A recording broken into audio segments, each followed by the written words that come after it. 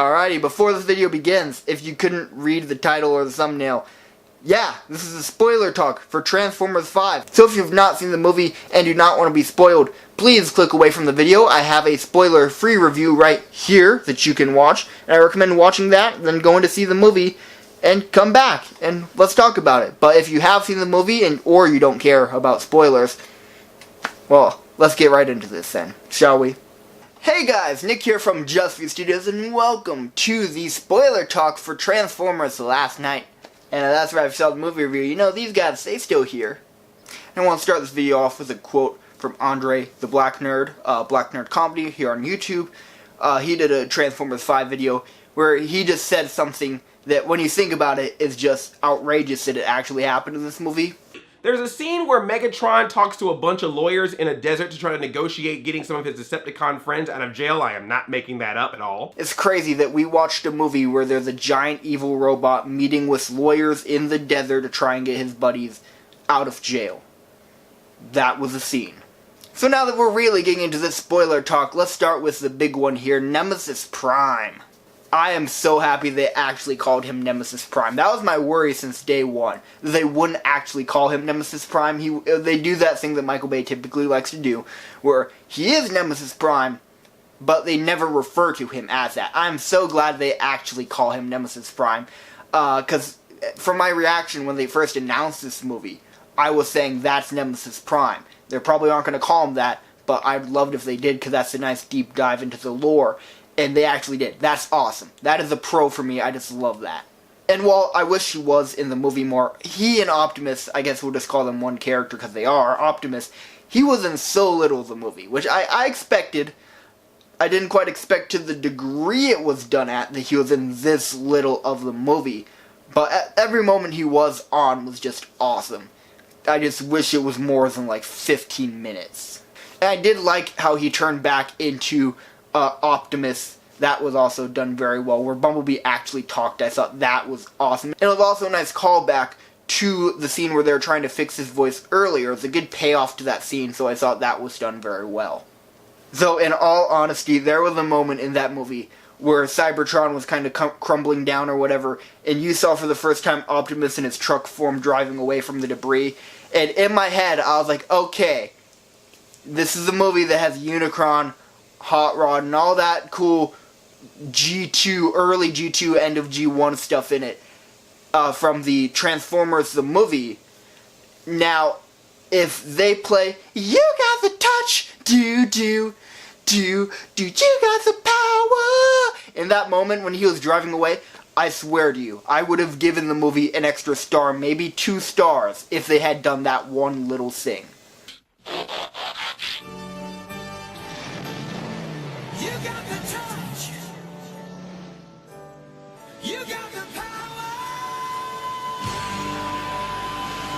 You would have made me and every single person who saw that old movie so happy if just that scene where Optimus is Optimus again, they just play "You got the power" just as the truck is driving away from the falling debris. That would have been so cool. But hey, that's just what I would have done if I made the movie. Paramount, you shouldn't have me make some movies, okay? I'm a director. It's just my dream to make a Transformers movie, okay? I've only been making Transgrafters for the past 3 years, but whatever. Whatever. And then we got the Decepticons. I guess we are going back to that lawyer in the desert scene where Josh Duhamel's there with Megatron and they're negotiating to try and get prisoners to Megatron, which I didn't think that's how Decepticons were going to get introduced, all Suicide Squad style. And I still stand by that as a decent stylistic choice. In Suicide Squad, I was okay with that. I thought the titles were a cool, quick way to transition into knowing the characters. Because, in all honesty, if they had taken the time to give that level of exposition for those Decepticons done in a more linear fashion, it would have added a whole extra half hour to the movie. Just going through their names alone would have been a whole process. So I thought this was a quick way to give good development and to kind of introduce these Decepticons. It's just the fact that never paid off. The only other times that you saw those Decepticons were when they were in a fight, when it was too quick, they weren't talking or anything. You basically just saw them as cannon fodder that the Autobots were just tearing through. They had no character work at all there. Which is weird because they had amazing character work in that introduction.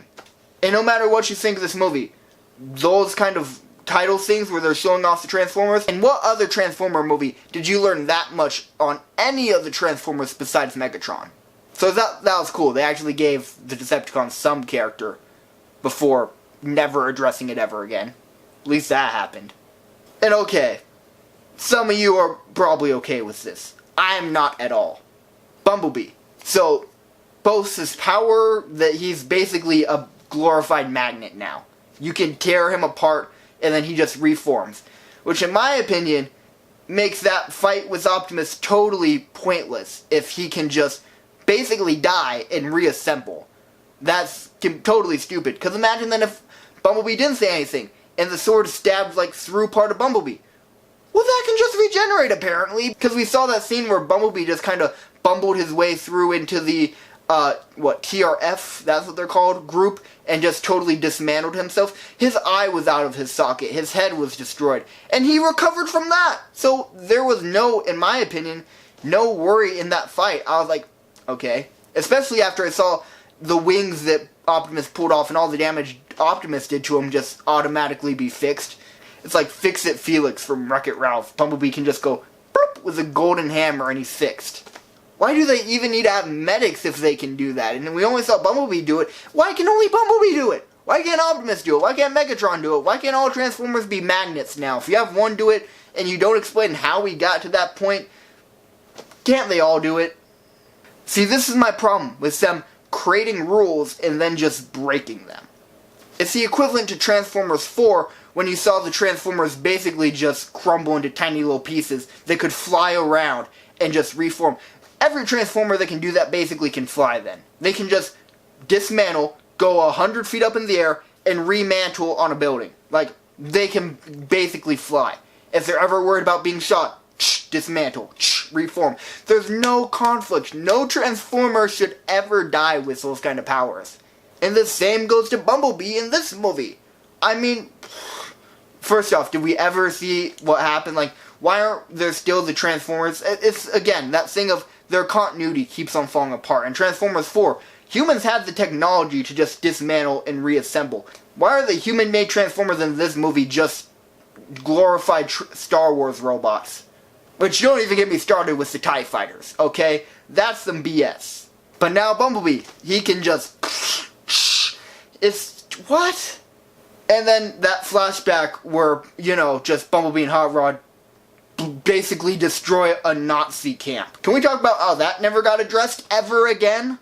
Like, legitimately, I guess to be fair, we don't know how long Bumblebee was technically on Earth, even though on some of the canon stuff, he wasn't there that long before the first Transformers movie. He was relatively new to the planet at that point, so I don't get how he could arrive at the planet, yet still simultaneously be there during World War II, 1940-ish, and be destroying a Nazi camp.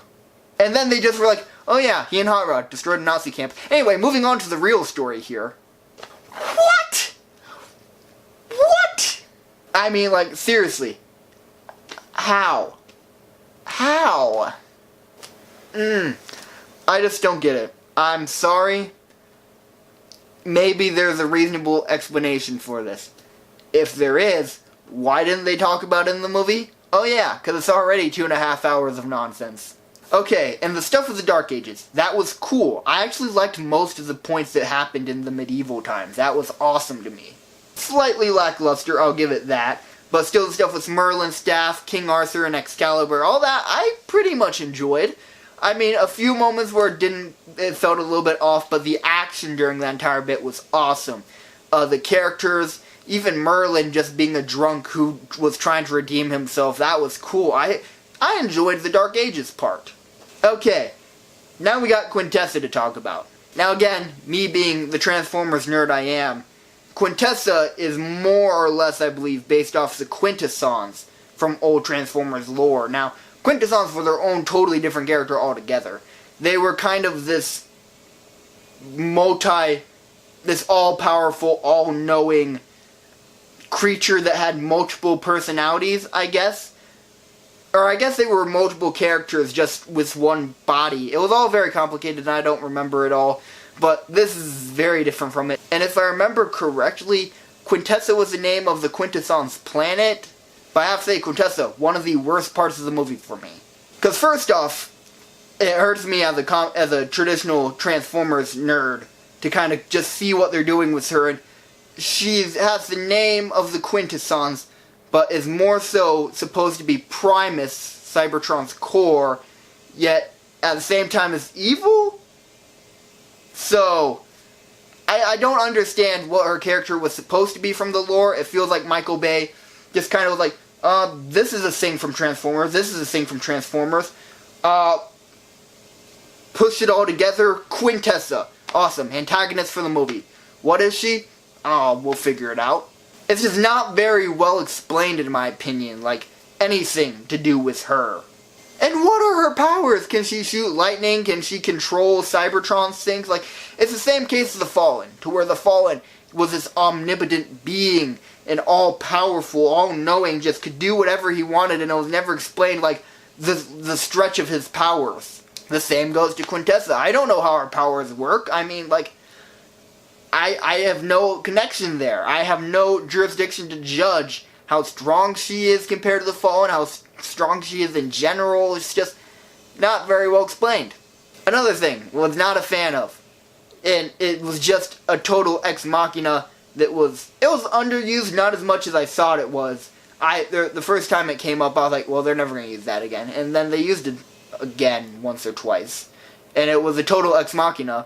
But Guidra's Hot Rod's time freeze gun, another case of they have these kind of rules of things they touch and things they don't deal with. A time freeze gun. A boom! Everything in that sphere time is frozen, essentially, or slowed dramatically. Hand that to Optimus. He will end every fight immediately. Boom, Megatron. Boom, Quintessa. Boom, boom, boom, boom. The fight could have been 2 minutes. Even think about that part with the giant gun thing. They're like, we can't get past it. Hot Rod. Bam! It's frozen. The bullets just like are barely shooting out of it. Alright, run past it. So much, there'd be no point of the movie if they just used that. It was a total ex machina that made no sense. And it was like, oh yeah, and I have this. Okay, boom! Solve that solution. Time for me to put this away and not touch it again. Then came the finale, and he's like, okay, they're gonna die. Boom! Oh, that's right, I have this. Huh. It's like, dude! You know, I guess it worked because they did kind of use it on Megatron, but why would you use anything but the time freeze gun? And I don't remember exactly how it happened, so correct me if I'm wrong, but I think Hot Rod froze time on Megatron, Hound just minigunned a bunch of bullets so that when it stopped, it'll just all hit Megatron at once. Freaking just put a sword behind Megatron and then do that, and then he flies into the sword or something. The conflict would not have happened if they had just used that gun more, which is why it shouldn't have existed in the first place, because it is completely an ex machina. And Isabel's character, from the beginning, I was a little worried about what her role would be in the movie, and it turned out she didn't really have one. Like, okay, we have this character. She's just kind of chilling. And they tried to make her from the trailers be this, I want to fight. She's what girls should be, that, like, say no to the man, we're going to fight these Decepticons. I'm only a little girl, but I'm going to still fight them. And then her role in the movie was, she said that once. And then the screenwriters forgot about her until the very end of the movie. Seriously, it feels like that's what happened. And I kind of get why they did this, but I still hate it, how Squeaks was the one to destroy the turret. Like, that was another case scenario of, well, we have the character, Squeaks. I mean, people are going to complain if we don't use it. Let's have them solve all of our problems. And it was another ex machina, to where, oh yeah, this arm is a giant alien cannon that I never used prior to this and would have been very useful. Kabloom! And that entire turret's destroyed. Use that on Megatron! Like, there's so much that hurts my soul. Though Vivian, I will say that's a nice kind of course correction there. Vivian, I think, is really the first woman in a Transformers movie to be her own character. And most of the others, it's just like, yeah, she's hot, right? Awesome. Back to the action. Vivian's actually crucial to the role. She's basically Sam Witwicky in this movie. I mean, she's the only one who can use the staff. But I would have liked to see more character development if they're going to go do that. But with that said, they already had enough character development to where we don't get any for the Autobots in this movie. Tell me, answer this question for me. What was Drift's character arc? What was Crosshair's character arc? What was Hound's character arc? Drift's character arc? Okay, still nothing. I think the only two Transformers who really had a solid character arc were Optimus, which even his was, I'm Nemesis Prime. He's been brainwashed, and then that realization of, oh no, what have I done? That's his entire character arc. And then I guess technically trying to get redemption for that. Sure, that's decent. I'll accept that movie. And the other one we get is Cogman, and that's as simple as, alright, I gotta be a butler for Sir Edmund. I've been a butler all my life to his entire family, yada yada. Then by the end of the movie, he's like, you cool. Character arc, done. I'll leave the room. What was Megatron's character arc? What were any of the Decepticons' character arcs? I guess I shouldn't complain about a human character who already has a role in the film and is important to the story not having more writing done when we have 90% of the other characters who don't even have half of the screen time or the character development that she does. And here's the biggie.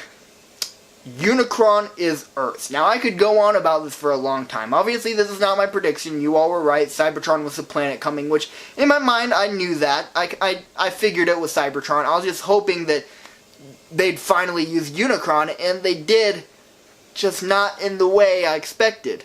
So if you don't know who Unicron is, traditionally, he is basically a planet-sized transformer, and it's always this current thing where it's him versus Cybertron. These two planets kind of colliding, going head-to-head and fighting. That's cool, that's awesome. But it doesn't quite make sense that Unicron is Earth, in my opinion. In all honesty, I could go into a series video discussing how Unicron being Earth totally disrupts the canon and continuity of the Transformers live-action movies. And I could probably make a 10-minute video about that. If you want me to, let me know in the comment section below. But I'm just gonna say it like this. Unicron, big, evil Transformer, wants to destroy Cybertron. Is somehow the planet where all the Cybertronians come and have their battles, but just kind of chills, lets them do their thing. You were forgetting that Unicron is a character here. It means that this whole time, Earth is the enemy of all these Transformers that are living on it, yet at the same time, does nothing about it? Again, I could rant about this for so long, so I'm trying to keep my thoughts as brief as possible. It doesn't quite make sense. It's an amazing reveal. I'll say that. The second they said it, they had me go, what? Because, yeah, I didn't see it coming, and after thinking about it, I should have. We saw the horns from the trailers. I should have saw it coming. I didn't. It's an amazing twist. Hats off to you, Michael Bay. It's just, I don't know how well it works, even though it is a really cool twist. It's like that twist of, and everybody dies. Okay, time for the sequel where they didn't die. Like, I feel like that twist didn't have the payoff that it should. Okay, I'm really trying to bite my lip. I'm probably cutting quite a bit of this out because I don't want to drone on about this too long. But if you want me to talk about Unicron more, especially since he was such a prominent part of Transformers 5 and Minecraft, let me know. Comment section down below, and we might do a video on that. But with that said, thank you guys for watching. Please like, comment, and subscribe. Share this video with all your friends. In this comment section, totally spoiler-filled. Talk about anything you want spoiler-wise in the comment section down below, and I'll try and respond to you back. But thank you guys for watching, and I will see you guys on the next video. Stay classy. Later. Woo!